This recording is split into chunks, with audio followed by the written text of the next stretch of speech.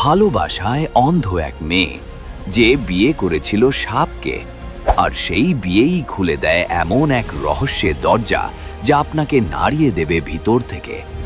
এই ভিডিও দেখলে বুঝবেন, ধোঁকা যতই গভীর হোক, আল্লাহর কুদরতে সত্য একদিন জয়ী হয়। সেই সময়টা এখন শুধু স্মৃতির পাতায়, যখন একটা সমৃদ্ধশালী রাজ্য ছিল আর সিংহাসনে ছিলেন এক দয়ালু, ধর্মপরায়ণ ও প্রজাবান্ধব বাদশাহ। ধন সম্পদের কোনো অভাব ছিল না তার জীবনে। ছিল রাজপ্রাসাদ, হাতি ঘোড়া, হাজারো দাস দাসী। তবু এইসব সুখের মাঝে একটা গভীর শূন্যতা ছিল, সন্তানহীনতা। তিনটি বিবাহ করেও কোল ছিল শূন্য, আর সেই যন্ত্রণাই ধীরে ধীরে তাকে গ্রাস করে ফেলছিল। প্রতিদিন মনে হতো, আমার মৃত্যুর পর এই রাজ্যের ভার কে নেবে? আমার ধন সম্পদের উত্তরাধিকার কে হবে? আমার স্ত্রীরা একা হয়ে গেলে তাদের কপালে কি লেখা থাকবে? এই সব ভাবতে ভাবতে তিনি রাতে ঘুমোতে পারতেন না। আরেকদিকে প্রজারা জানত, তাদের বাদশাহ সন্তান কামনায় কত দরবারে গেছেন, কত পীরের কাছে মাথা কেটেছেন, কত মসজিদে নিজে হাতে ঝাড়ু দিয়েছেন, কিন্তু কোথাও কোনো দোয়া কবুল হচ্ছিল না। ঠিক সেই সময় এক অদ্ভুত জাদুকর এসে হাজির হয় রাজপ্রাসাদে। তার পোশাক ছেঁড়া ফাটা, চেহারায় অভাবের ছাপ, কিন্তু চোখে যেন লুকানো রহস্য।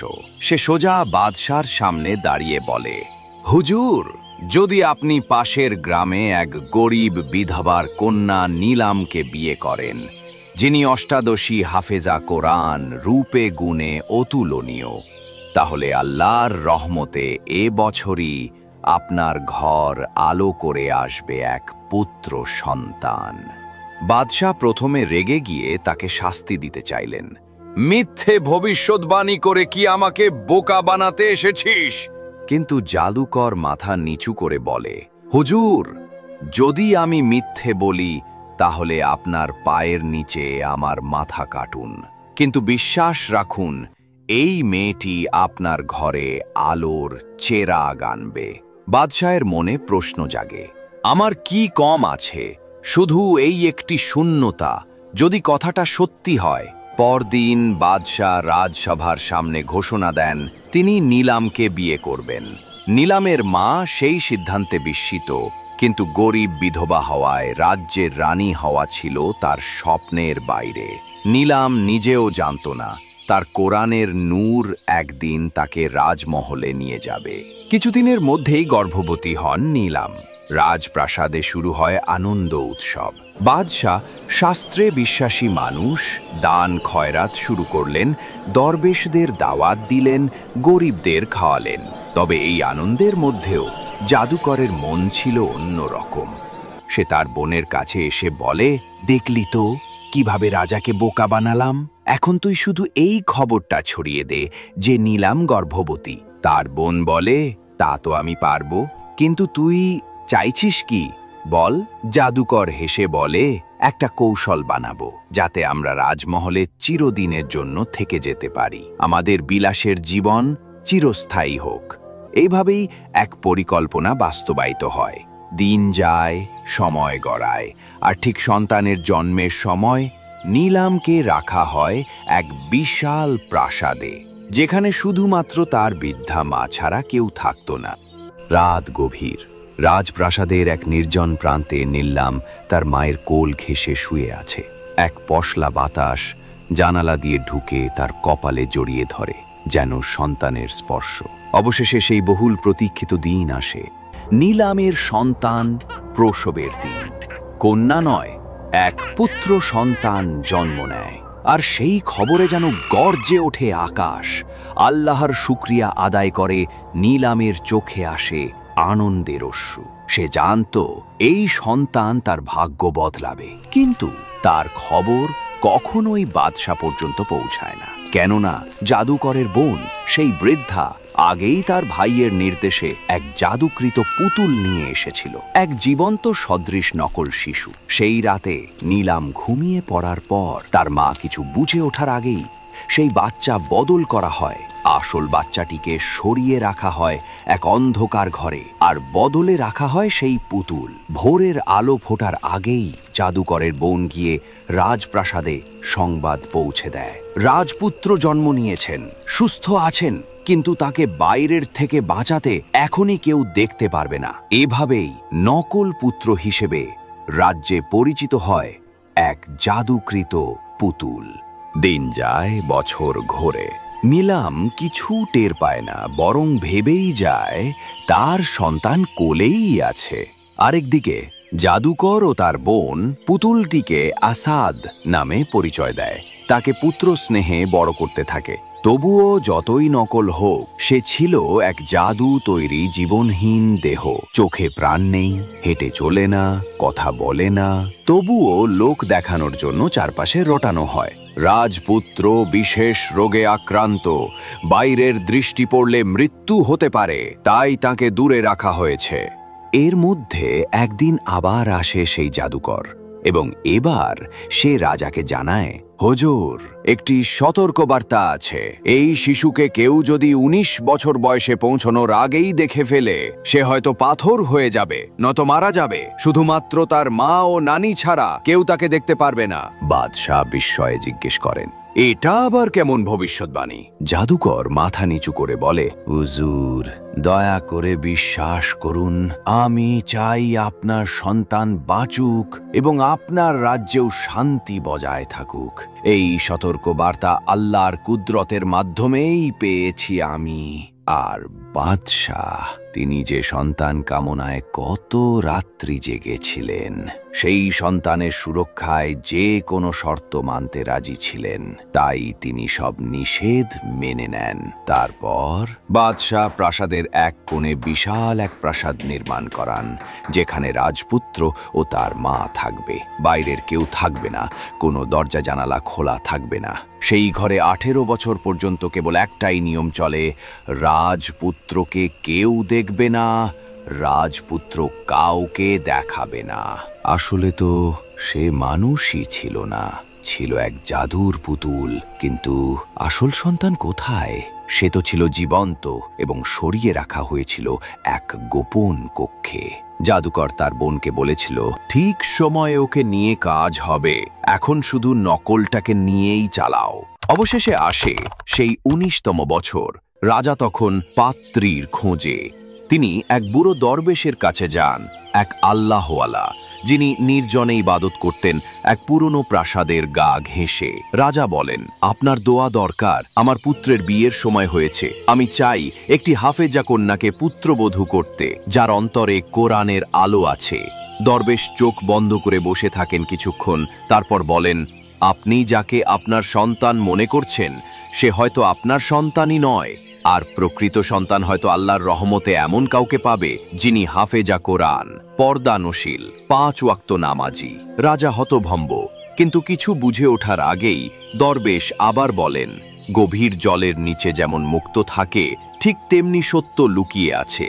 তবে দোয়া করুন, আল্লাহ যেন সেই সত্যকে প্রকাশ করেন সময় মতো। এদিকে জাদুকর ও তার বোন এক অদ্ভুত পরিকল্পনা করে।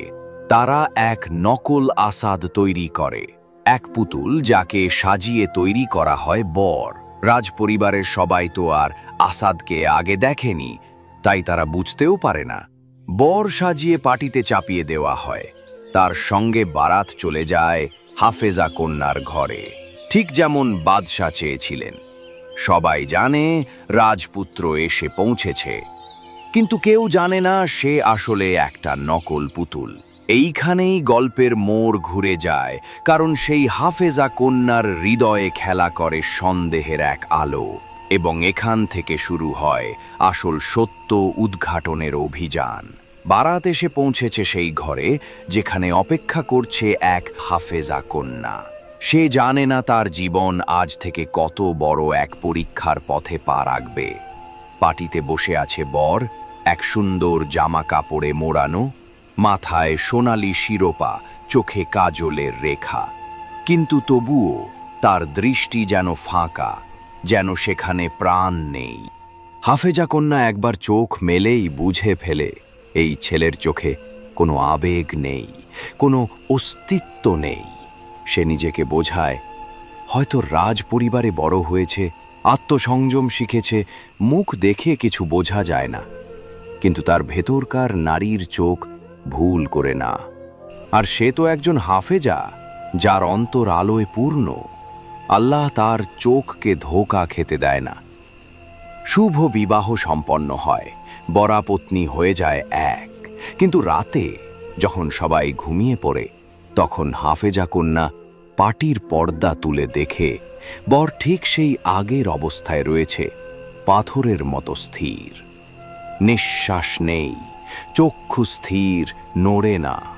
তার হৃদয়ে কাঁপন ওঠে, এ কি মানুষ নাকি জাদুর পুতুল?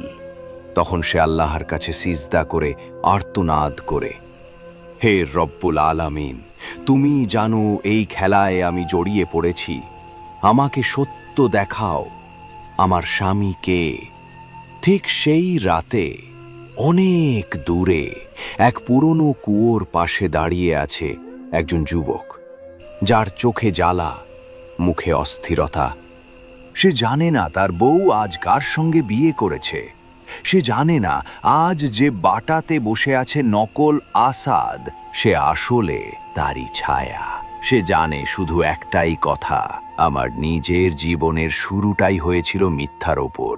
যদি আমি চুপ থাকি, আমার স্ত্রী ধোঁকায় পড়ে যাবে।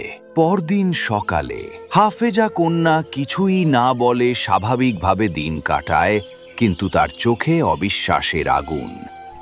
এক রাতে সে পরিকল্পনা করে পালকি ছেড়ে বেরিয়ে পড়বে, তবে আল্লাহর কুদরতে তার আর কিছু করতে হয় না।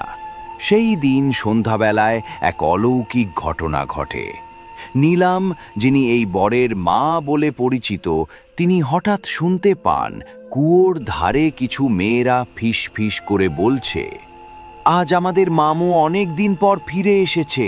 উনি মানুষ হয়ে মানুষের মাঝে থেকেছেন, এখন আবার ফিরেছেন।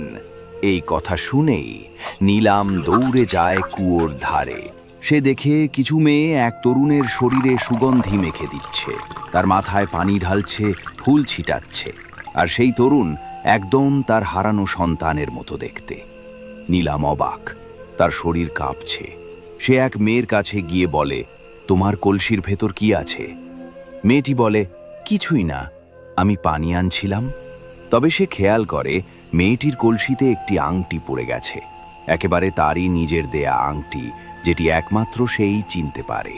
নীলাম বুঝে যায়, এই ছেলেটাই আমার আসল ছেলে, আমার আসাদ, আল্লাহর কুদরত। সে আর দেরি করে না, সে সেই তরুণের সামনে দাঁড়িয়ে পড়ে, মুখোমুখি হয়। তুমি আমার ছেলে, তুমি আমার সন্তান, যার জন্য আমি এত বছর কান্না করেছি। তরুণ কাঁপা গলায় বলে, আমি মানুষ নই মা, আমি তো সেই যে সাপ ছিলাম, যার শরীরকে জাদুতে রূপান্তর করা হয়েছিল। আমি শুধু তোমার দোয়ার বদৌলতে মানুষ হতে পেরেছি। নীলাম কেঁদে ফেলে। তারপর সে বলে, তোমার বিয়ে হয়ে গেছে, কিন্তু তোমার স্ত্রী জানে না তুমি কে। আজই চলো, চলো তোমার স্ত্রীকে উদ্ধার করি মিথ্যার কুয়ো থেকে। সেই রাতেই আসল আসাদ নিজেকে মানব রূপে সাজিয়ে রাজপ্রাসাদে প্রবেশ করে। তখন তার স্ত্রী, সেই হাফেজা কন্যা, নিঃশব্দে বসে আছেন। তিনি বুঝতে পারলেন না হঠাৎ কিভাবে তার বর এত বদলে গেছে। তার চোখে আলো, মুখে জীবন, গলায় কাঁপুনি। তখন আসাদ ধীরে ধীরে বলে, আমি সেই যার সঙ্গে তোমার বিয়ে হয়েছে, তবে আমি মানুষ ছিলাম না, ছিলাম এক সাপ। এখন আল্লাহর রহমতে মানুষ হয়েছি। আমি যদি চলে যেতাম, তুমি সারা জীবন ধোঁকায় কাটিয়ে দিতে। তাই আমি ফিরে এসেছি তোমাকে সত্য দিতে। হাফেজা কন্যা কিছুক্ষণ চুপ, তারপর বলে, আমি জানতাম এই যে জ্যোতির মতো একটা সন্দেহ, তা শুধু আমার অন্তরের নয়, ছিল আমার ইমানের কুদরতে। আমি তোমার জন্য অপেক্ষা করছিলাম, আর তুমি ফিরে এসেছো। তাদের এই সত্য প্রকাশ ঘটায় রাজপ্রাসাদে প্রবল আলোড়ন পড়ে যায়। তবু শেষ পর্যন্ত বাদশাহ নিজেই বলেন, আমার সত্যিকারের উত্তরাধিকার আমি পেয়েছি। দেরিতে হলেও। সকালবেলা বাদশাহ দরবারে ডাক দেন। সকল সভাসদ, উজির, নওকর, চাকর হাজির হয়। তখন সামনে এসে দাঁড়ায় আসাদ। রাজপুত্র পরিচয়ে নয়, সত্যিকারের নিজের পরিচয়ে। সে বলে, আমি সেই সন্তান যার জন্ম হয়েছিল নিলামের গর্ভে, কিন্তু আমাকে সরিয়ে দেওয়া হয়েছিল। আমার জায়গায় এক জাদুকৃত পুতুল রাখা হয়েছিল। আজ আমি এসেছি সত্য প্রমাণ করতে। দরবার থমকে যায়। কে যেন কেঁদে ওঠে নিলাম।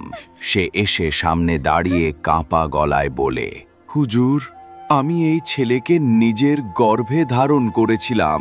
এটা আমার রক্ত মাংসের সন্তান। অনেক দিন ধরে শুধু অপেক্ষা করে গিয়েছি।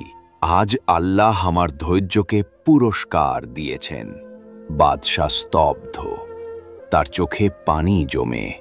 তুমি আমার আসল সন্তান? তাহলে যাকে আমি এত বছর ধরে লালন পালন করলাম সে কে? তখন দরবারে প্রবেশ করে এক চেহারায় ভীতু, পরাজিত এক জাদুকর, তার পেছনে তার বোন। তাদের মুখে কোনো রং নেই, একটানা কাঁপছে। জাদুকর কেঁদে পড়ে বলে, আমার অপরাধ, ক্ষমা করুন হুজুর। আমি লোভে পড়ে আপনাকে ধোঁকা দিয়েছি।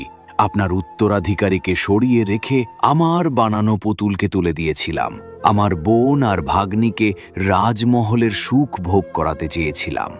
দরবারে সবার কণ্ঠে ওঠে গর্জন, এদের শাস্তি চাই। এত বছর ধরে বাদশাহকে ধোঁকা দিয়েছে, রাজ্যকে মিথ্যা উত্তরসূরির হাতে তুলে দিয়েছে। তখন বাদশাহ মুখ তোলে। তার মুখে কোনো ক্রোধ নেই, বরং অদ্ভুত এক বিষাদ। আমি বহু বছর এই মানুষদের বিশ্বাস করেছি। আমার রাজ্য, আমার রাজপুত্র, আমার রক্ত, সব কিছুই এক জাদুকরের খেলায় হারিয়ে গিয়েছিল। আজ আমি সব বুঝেছি, কিন্তু এই বোঝা আমি সইতে পারবো কিনা জানি না। তখন আসাদ এগিয়ে এসে তার কাঁধে হাত রাখে। আপনি দুর্বল নন আব্বাজান, আপনি আল্লাহর বান্দা। আজ আমরা সবাই আল্লাহর কাছে ফিরে যেতে পারি, সত্যের পথে। অবশেষে বাদশাহ ঘোষণা করেন, জাদুকর, তার বোন এবং তাদের সহচরদের সকলকেই রাজদ্রোহী ঘোষণা করা হলো। তাদের সব সম্পদ বাজেয়াপ্ত করা হয় এবং রাজসভার সিদ্ধান্তে তাদের কঠোর শাস্তি প্রদান করা হয়, যেন এমন প্রতারণা কেউ কখনো করতে সাহস না করে। অন্যদিকে আসাদ ও হাফেজা কন্যার প্রতি রাজ্যবাসীর শ্রদ্ধা বহুগুণ বেড়ে যায়। তারা বোঝে, সত্যিকারের রাজপুত্র সেই যার অন্তরে কোরআনের আলোকে ভালোবাসা জ্বলে। বাদশাহ এক রাজ্য জুড়ে উৎসব ঘোষণা করেন, আল্লাহর শুকরিয়া, সত্যের জয়, আর পুত্র ও পুত্রবধূর নতুন জীবনকে স্বাগত জানানোর জন্য। বাদশাহ আসাদকে বুকে জড়িয়ে ধরে চোখের জল ফেলেন। তুমি আমার হারানো সন্তান। আল্লাহর কুদরতে আজ আমি ফিরে পেয়েছি সেই আলো যার জন্য জীবন ভোর প্রার্থনা করেছি। নিলাম সিজদায় পড়ে যান। হে রব্বুল আলামিন, তুমি সাক্ষী, আমি কখনো অভিযোগ করিনি, শুধু দোয়া করেছিলাম। আজ সেই দোয়ার ফল আমার সামনে। আসাদ ধীরে ধীরে তার স্ত্রী সেই হাফেজা কন্যার দিকে তাকায়। তুমি যদি চোখের আলো না হতে, আমি আজও অন্ধকারে থাকতাম। তোমার ঈমানই আমাকে মানুষ করেছে। তখন হাফেজা কন্যা আলতো হেসে বলেন, আর তুমি যদি সত্যের পথে না ফিরতে, আমি কখনো জানতেই পারতাম না আল্লাহ একজন সাপকেও মানুষে রূপান্তর করতে পারেন, যদি তার হৃদয়ে তওবার আলো জ্বলে। রাজ্যের সব মসজিদে আজান ধ্বনিত হয়। রাজপ্রাসাদের প্রতিটি ঘরে তিলাওয়াতের আওয়াজ বয়ে যায়। রাজা ঘোষণা দেন, আজ থেকে রাজ্যের প্রথম ও সর্বোচ্চ পরিচয় হবে আমরা সত্যের অনুসারী, আল্লাহর বান্দা। সেই রাতে আকাশ ছিল অদ্ভুত পরিষ্কার। তারা যেন একটু বেশি উজ্জ্বল ছিল। বাতাস ছিল মুগ্ধ, আর দূরে কোথাও এক ফেরেশতা ফিসফিস করে বলে, এক সাপ যখন তাওবার পথ ধরে, তখন আল্লাহ তাকে মানুষ বানান। আর যখন মানুষ সত্যকে গ্রহণ করে তখন রাজ্য জান্নাতের দরজা খুলে দেয়।